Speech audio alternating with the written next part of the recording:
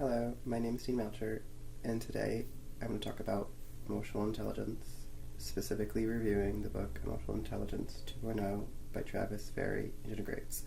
I'm going to talk about emotions in terms of how emotional we become, how we should learn to cope with our emotions, to how we interact with other people by understanding our emotions and their emotions.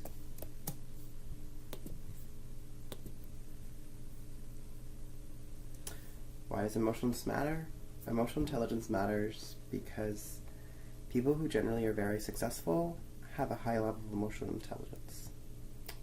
First thing, also, who doesn't have emotions? We all have good and bad days, and strong and weak feelings.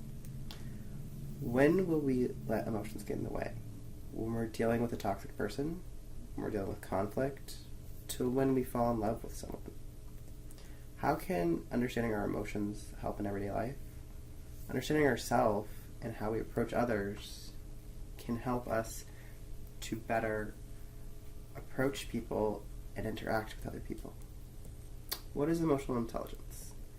Well, emotional intelligence is broken down into personal competence and social competence. Those are both further broken down into two subcategories.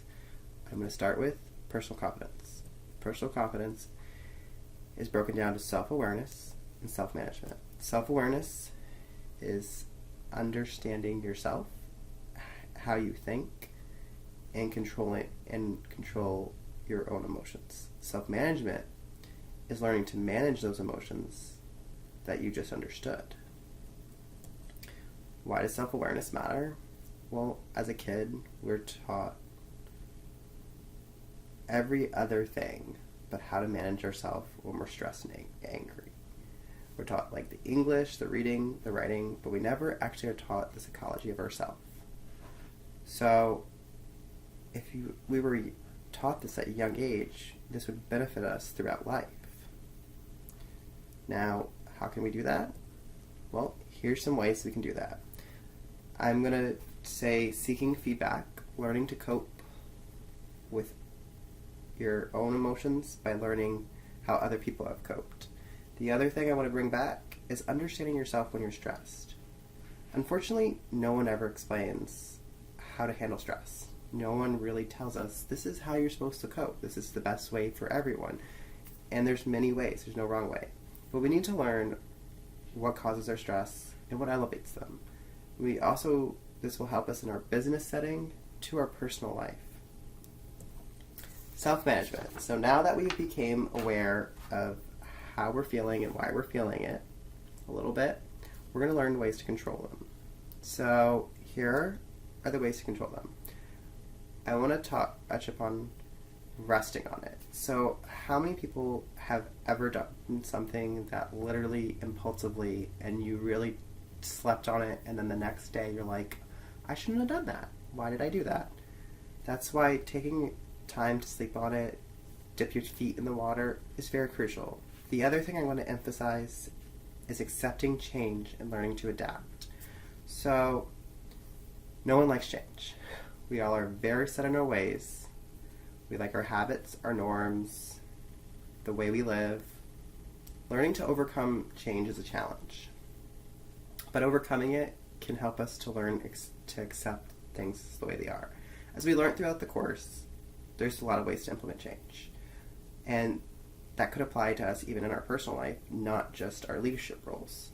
So in my personal life, I've had losses of family members, to changing in work environments, to changing roles at a work environment that have really influenced me in how I have had to adapt to change myself.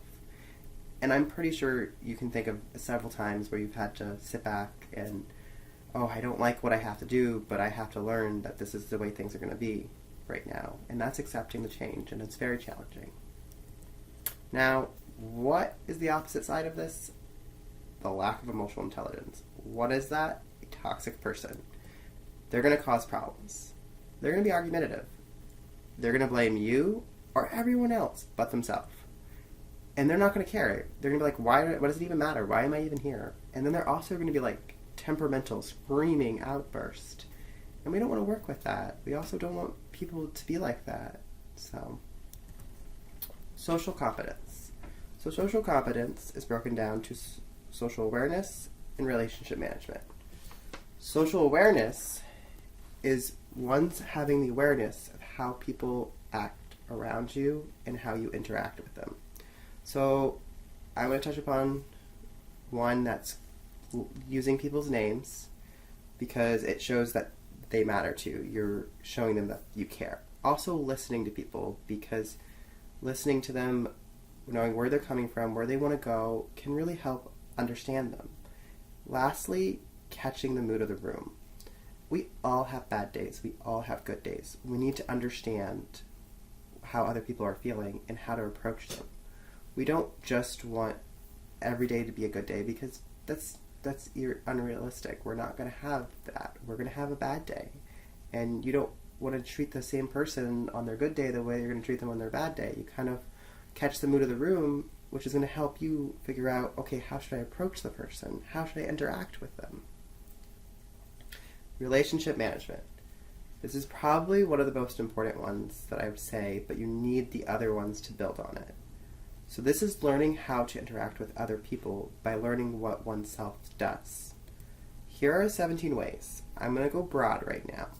All of these can help you build your network. Your network matters because that's going to find you the best job suited for you, your best career, your best work environment, to the best team that you want to be around. Not everyone works very well together. We know that. Different personalities, different backgrounds sometimes cause controversy, but as much as we have the best fit sometimes. And we need to also find the best fit together, and sometimes that's finding the best network. Some of the aspects I'm going to touch upon is creating trust, showing that you care, and giving compliments. People need compliments. They need positive feedback, just like positive reinforcement. It works way better than negative reinforcement. Okay. So let's conclude. Emotional intelligence is made up of personal competence, social competence. Personal competence is made up of self-awareness, self-management. Social competence is made up of social awareness and relationship management. And just going to briefly touch upon the fact we do need a little bit of a catalyst to get the intrapersonal and the intrapersonal interaction of our emotional intelligence. This is something the book didn't touch upon, but it's also implied throughout the book that, like, you got to understand what these are to be able to interact and push them out. So why do these matter? What are our benefits with them?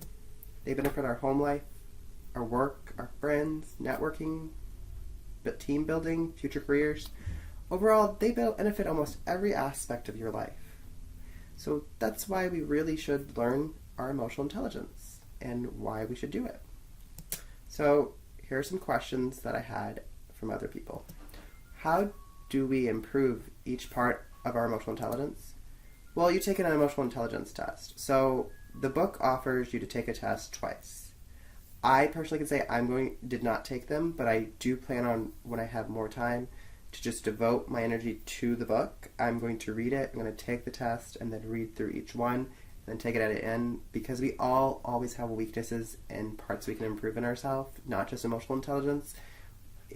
Life is forever an improving process, like the lifelong learning, which I'm actually I love learning and keeping active with this, which in emotional intelligence is very important too. It's understanding how we feel, which we all have feelings. Next question is, how does your emotional intelligence translate to your work environment? Well, this depends on who you're working around and if you want to give them the knowledge. Like, we wouldn't give the toxic person the knowledge, but someone who's more willing to want to better themselves, we would tell them, hey, read this emotional intelligence book. It could help you. Thank you for listening to my speech on emotional intelligence, and here's my references.